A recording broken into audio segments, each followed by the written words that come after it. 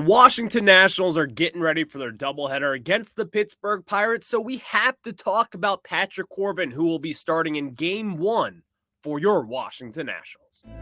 You are Locked On Nationals, your daily Washington Nationals podcast, part of the Locked On Podcast Network, your team every day.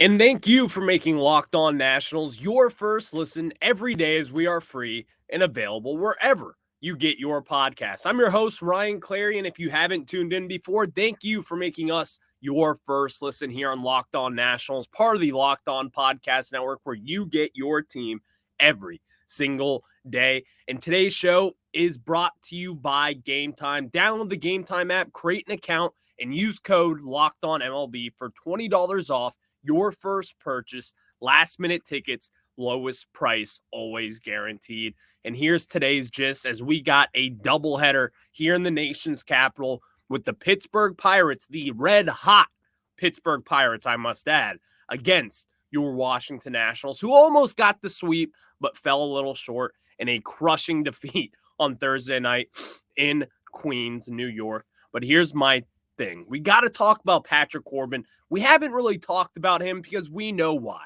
We don't really put too much value into Patrick Corbin. When he starts at this point, it's just kind of like, why? What is the point of it? And you're right. It is true. But here's the thing. He's starting, and he's going to be your starting pitcher for probably a while now, if we're being honest. He's at least got another year on that contract. He could be here through all the way of 2024, but that's a conversation for a different day. But since we have Patrick Corbin on now, and he's going to be pitching every 5 days for what it looks like, we have to talk about what makes it a successful start for Patrick Corbin. And when I'm talking success with Patrick Corbin, it's not coming in like a 3.2 ERA. It's not coming in and punching out 12 hitters through 5 innings. That Patrick Corbin has come and gone. We understand that. We know that. We've seen it before and time again. Since 2020, he has not been right. Ever since that 2019 season, something hasn't clicked with him. It's not an injury. He hasn't been injured. In fact, that's something you cannot knock him for whatsoever. This guy has been healthy. He goes out there every 5 days, and really there's nothing to be concerned about as an injury. But it's simple as this, that he has not been good enough. And we know that. I don't have to sit here and tell you that. We know Patrick Corbin has not been good enough. But with that being said, Patrick Corbin has had some success when it comes to Riley Adams catching. And you're going to see that today against the Pittsburgh Pirates. And here's my thing. Back in 2022, I talked about this a little bit in the offseason. If you remember 2019, Kurt Suzuki was really our main catcher. He was the guy with Yan Gomes coming in to catch Patrick Corbin. It was just more of a comfort thing there. You understand that, to where a pitcher needs to be comfortable. They need to feel comfortable when they are pitching, obviously. So now we fast forward to 2022, just last year. Yan Gomes was his primary catcher in 2019. Looking back on it last year, Riley Adams, when he was behind the plate for Patrick Corbin, that is when you saw Corbin's best stuff. Now, what is the explanation there? What makes it different for Keibert Ruiz, who is inexplicably a much better catcher behind the plate, at the plate, in every facet of the game? Honestly, I don't know, but here are the numbers. With Keibert Ruiz behind the plate in 2022, Patrick Corbin had an 8 ERA. With Riley Adams behind the dish, he had a 4.23 ERA. He gave up 11 home runs compared to 12 home runs with Keibert Ruiz in a lot more innings. He pitched 72 innings with Riley Adams behind the plate last year, 60.2 with Keibert behind the plate last year. And with Keibert, he gave up even more home runs with less innings pitched. He had more at-bats with Riley Adams in those 72 innings behind the plate. a 4.23 ERA. And if you're telling me that if we could get a 4.2 ERA out of Patrick Corbin, I would be thrilled. And what would it mean for this Nationals team that obviously struggles in getting runs? Well, it does mean a lot. In this situation, Davey Martinez will have to play this matchup game. And he's got to think back to 2019 when you had Yan Gomes as Patrick Corbin's primary catcher. You knew every 5 days that Yan Gomes and Corbin would be that battery. But now looking at it, they want to have Keibert Ruiz obviously develop. And really with someone like Patrick Corbin, you would like to make that work. And really, there's no problem with Keibert Ruiz going back there. He's our primary focus over Patrick Corbin. But if you want to win games and if you want to stay competitive, then you probably should have Riley Adams behind the plate for every Patrick Corbin start, because simple as this, he has been way more successful. And when looking at the numbers, a little further deep dive into this, batters only hit 260. Only hit 260. It's just crazy to say. Only hit 260 against Patrick Corbin with Adams behind the dish last year. Keibert Ruiz had a 362 batting average. Riley Adams, a 755 OPS when catching Corbin. Keibert Ruiz, a 959 OPS when catching Corbin. If you're starting to see what's going on here, there is something just not clicking with Keibert Ruiz and Patrick Corbin. Something is clicking when it comes to Riley Adams and Patrick Corbin. So I see this today. Davey is recognizing that something is off between the connection of Keibert Ruiz and Patrick Corbin. No one really knows, and honestly, no one can probably say from just spectating, what is that issue? How can we cross these two bridges and mend them together? And honestly, I don't really think there is a fix. There is no reason to fix Keibert Ruiz and Patrick Corbin and have them be the guys that are creating beautiful music. Because when looking at Keibert Ruiz, he's the focal point over Patrick Corbin, as I brought up. He is more part of the future than Patrick Corbin. It's as simple as that. He gets the priority when making decisions like this.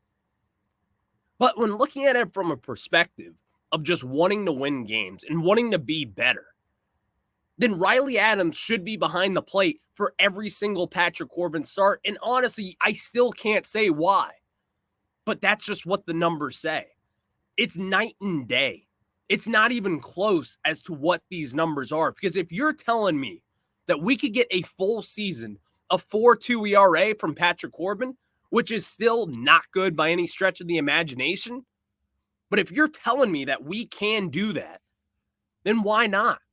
That makes no sense to me as to why we wouldn't do this, as to why it wouldn't make any sense, because it makes all the sense in the world to me at this point.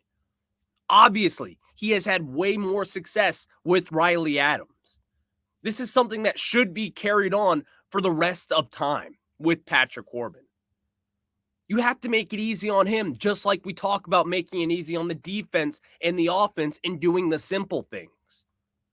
Davey Martinez has to play these matchups if you want to get what you want out of someone like Patrick Corbin. Because here's the thing, I don't want to can Patrick Corbin. I honestly don't. I would like to see Patrick Corbin somewhat bounce back and somewhat be a decent starting pitcher in the bigs. And that is a stretch. I understand that. But right now, who else are you going to go to? A left-handed guy coming out of the minor leagues. We don't really have those kind of guys right now. You have someone like Jake Bennett, who's been pitching damn well so far down in low A, but he's in low A. He's still about a year or two at least away from the major leagues. So what can the Nationals do? Well, you stick with Riley Adams, because I'm willing to bet when you go out there today, if you're going to be out there at the ballpark, wherever you are watching, you will see a much better Patrick Corbin.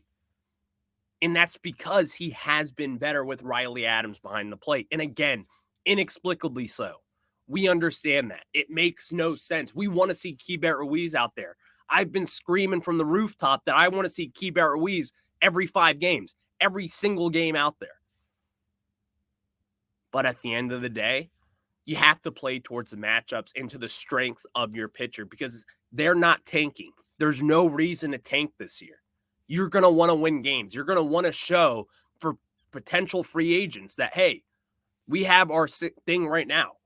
Even with this lackluster of talent, there's no superstars on our team. We still have guys who can be here and who can help us compete. Because that is a point in free agency. You don't see the Pittsburgh Pirates selling. You don't see the Pittsburgh Pirates buying in free agency. And why is that? Because they've been bad for years and years and years. No one wants to go to a losing team. They want to see the promise now.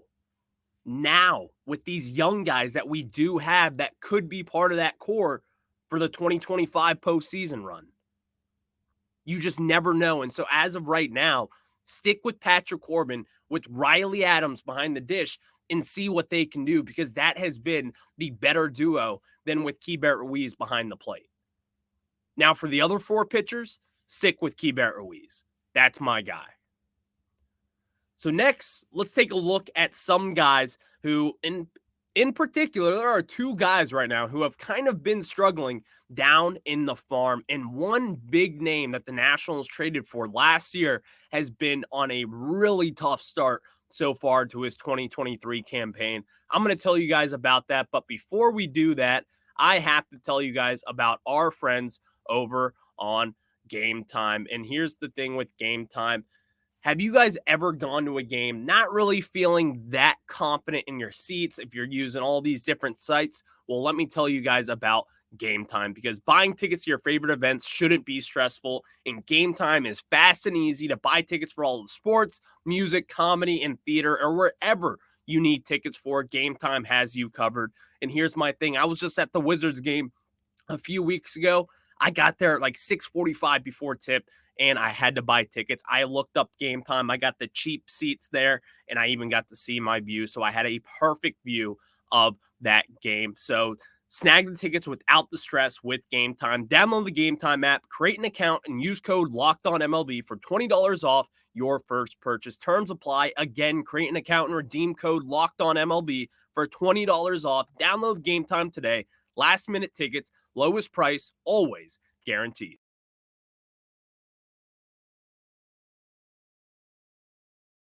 And as I said, there were some concerning numbers when it came to looking at some of the Nationals' top prospects in return for that Juan Soto trade, which, by the way, Juan Soto has still been struggling. So don't panic just yet. This is just me doing what I have to do and talking about a prospect who is a very high one, struggling just a little bit down in low A, and that is Robert Hassell III. And here's my gist for it.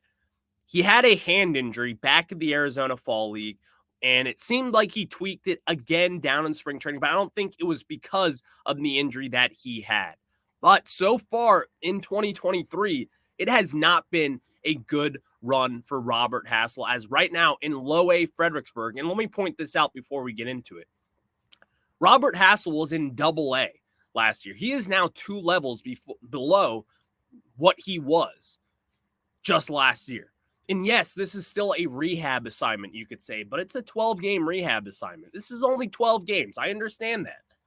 But at the end of the day, when you have a very high prospect, the way that Robert Hassell is considered, someone who is considered a high floor prospect, someone who's kind of a guaranteed thing, in my opinion, it has been a very big struggle so far for Robert Hassell, as right now, through 12 games, he's batting 182 with a 640 OPS. Now, I'm not going to sound the alarms just yet, but at the end of the day, through 44 at-bats, I would expect Robert Hassell to be in that 290 to 300 range, especially down in low A. And yes, he's still recovering, but he's 100%. You're not going to throw someone out there when they're only 21 years old and say, good luck, kid.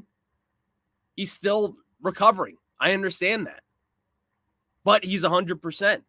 And we need to see something out of the kid, especially from low A Fredericksburg. This is a pretty damn low level. And so for someone his age, again, at 21 years old, I kind of expect to see a little bit more out of him. And it's enough to be a little concerned with the production that he has put forward so far. What could it be? The power isn't there. And honestly, the power hasn't really been there since he got traded from San Diego back to Washington, D.C. And I can tell you that because in 10 games with Wilmington and High A last year, he had a 211 batting average, a 548 OPS. And then he got moved up to AA Harrisburg and had a 222 batting average, a 607 OPS through 27 games and 108 at-bats. Robert Hassell has kind of fallen off so far since being traded from San Diego to Washington, D.C. Now, if you ask me today, how concerned are you down the line? How much does this concern you? Not all too much, but it is noteworthy, and it is something to keep an eye on. As someone like Robert Hassell, who at one point was a top 30 prospect and still is, it should be something to where you're looking at and you're like, when is he going to turn a corner here? Because in the Arizona Fall League, when he had that injury, the hand injury, it was kind of like, okay, no big deal. He's going to be ready for spring training. He's going to be ready for the season, which he was. He had a little bit of a setback, had another injury. And then now you're starting to see the struggles at the plate rise again for him. So what does this mean? What does this mean for the Nationals? Do they stick him in low A until he figures it out? Because this is a level that is really low for him as a 21-year-old, someone who was in AA just last year. I wouldn't rush it up to this point. Again, the Nationals are in no rush to develop these guys. If you don't feel as if they're ready to take that next jump, then don't have them take that next jump. This isn't a leap of faith. This isn't the Nationals back in 2018 when you're running up Victor Robles and all these other prospects. We don't need that right now. You don't need to run these guys up the flagpole because that's what the Padres did with C.J. Abrams. And now he's kind of stuck in the major leagues, and at some points he has struggled a lot. But I still like C.J. Abrams. But if he was a Washington Nationals first-round draft pick, and if he was developed inside the Nationals organization, then this guy would still probably be in AAA. He still probably wouldn't have been called up to the majors just yet. Just considering the fact he missed the 2020 season and down in the minor leagues because of that COVID pandemic. Getting started a little late. That stuff is going to happen. But now with Robert Hassell, someone who also got held back just a little bit because of that pandemic, just like a lot of us did. But at the end of the day, you want to see these production. You want to see what the kid can do. Because Robert Hassell is someone who is very talented, and especially for someone who has a 60 grade hit tool, according to MLB Pipeline, it's concerning to see his batting average in the 100s and being as low as they have been from last year dating to this year. So it's noteworthy to really just look at this and say, when will this start to turn around? When will we start to see the old Robert Hassell, the one that we traded for, the one that we thought could be in the major leagues by this August, as some would even say? But at this point, it's looking like he's going to be down in the minor leagues through the duration of the 2023 season. And I don't even think he's going to be starting in the 2024 season up in the major leagues. We're probably looking at mid-July of 2024 is when Robert Hassell will get that call up, unless we start to see some major swing at the plate, meaning a higher batting average, because that is what he is supposed to do, more extra base hits, and just overall a better product put forward. Because it is a concern at this point to me. It is. Especially being in low A Fredericksburg with the Freddies. He's supposed to be there. He's supposed to be a solid contribution to this organization. So to see his numbers this low and kind of dwindle off when he got traded from San Diego to Washington, it is a cause of concern for me, as it probably should be for a lot more people, but not everyone gets concerned the way that I do. So thank you guys for making Locked On Nationals your first listen. We're going to talk about this game 2 of the series, as we've got Chad Kuhl versus Vince Velasquez on the hill for game 2. But before we get into that, I got to tell you guys about my friends from Ultimate Baseball GM. And as we were saying, Pro Baseball GM is the coolest game I played in a long time, and I've always thought I could be a great Major League GM. As it turns out, it's not all that easy. So as I've been playing this game, I just want to get inside the head of Mike Rizzo and what he does. So that's why I play Ultimate Baseball GM, and here's my love and passion for it. I get to hire whoever I want and whenever I want. I get to simulate these games to try to put the best product out there. And honestly, Mike Rizzo, I could be coming for your job at some points, but I will admit I've been fired 5 different times up to this point. But you get to hire all the right coaching staffs, all the batters, all these different budgets that Mike Rizzo gets to do. It's so much fun. Locked On Nationals listeners get 100% free boost to their franchise when using the promo Locked On in the game store. So make sure to check it out. To download the game, just visit probaseballgm.com, scan the code, or look it up in the app stores. That's probaseballgm.com, Ultimate Baseball GM. Start your dynasty today.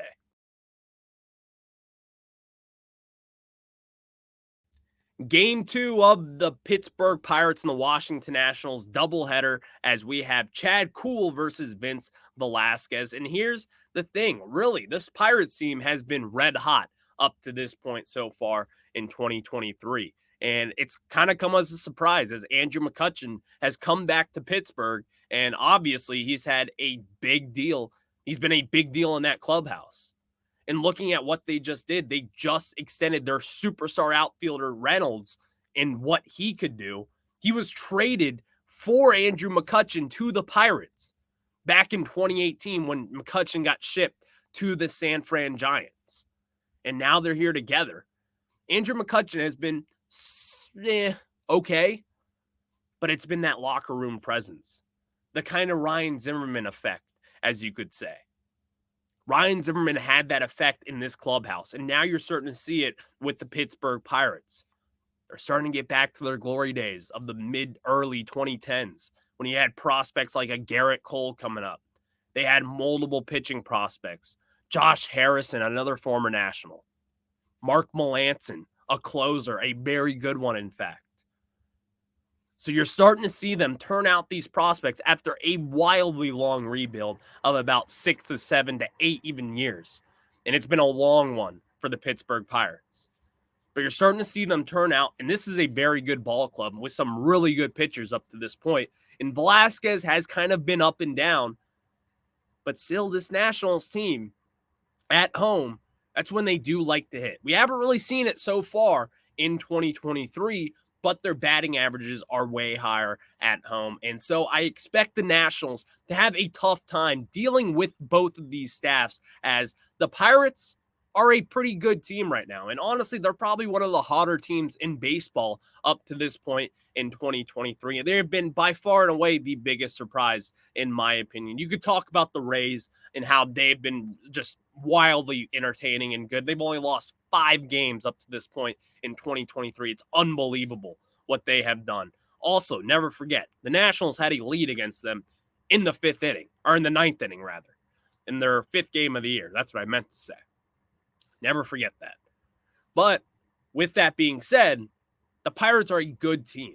This is not going to be an easy series for the Nationals to win. Game 1, you're going to have Patrick Corbin. Game 2, you have Chad Kuhl. And on Sunday, you have Josiah Gray.